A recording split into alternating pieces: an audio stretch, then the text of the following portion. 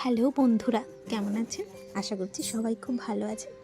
আজকে আমি বানাতে চলেছি আবারও একটা দুর্দান্ত রেসিপি, এগ চিকেন স্যান্ডউইচ।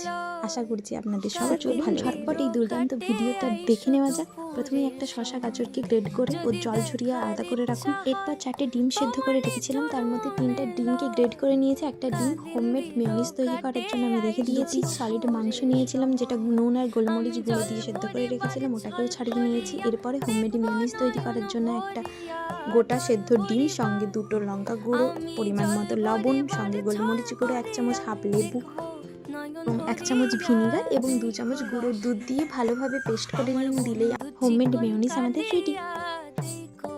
এরপরেই একটা পেঁয়াজকে ঝুরি ঝুরি করে কেটে তাতে জল ঝরানোর মতো কড়াইতে একটু নেড়ে নিন। তার সঙ্গেই ওই গ্রেড করে রাখা 3টে ডিম, গাজর এবং শসা, সঙ্গে ওই মাংসের কুচি, 1 চামচ গোলমরিচ গুঁড়ো, 2 চামচ গুঁড়ো দুধ এবং পরিমাণ মতো নুন দিয়ে ঘরে তৈরি করে রাখা হোমমেড মেয়োনিজটা দিলেই ভালোভাবে মিশিয়েই আমাদের স্যান্ডউইচের মাঝখানে দেওয়ার পুরটা একদম রেডি হয়ে যাবে। এরপরেই স্যান্ডউইচের সাইডগুলো আপনারা কেটে নিতে পারেন। আমি অবশ্য কাটিনি এটা।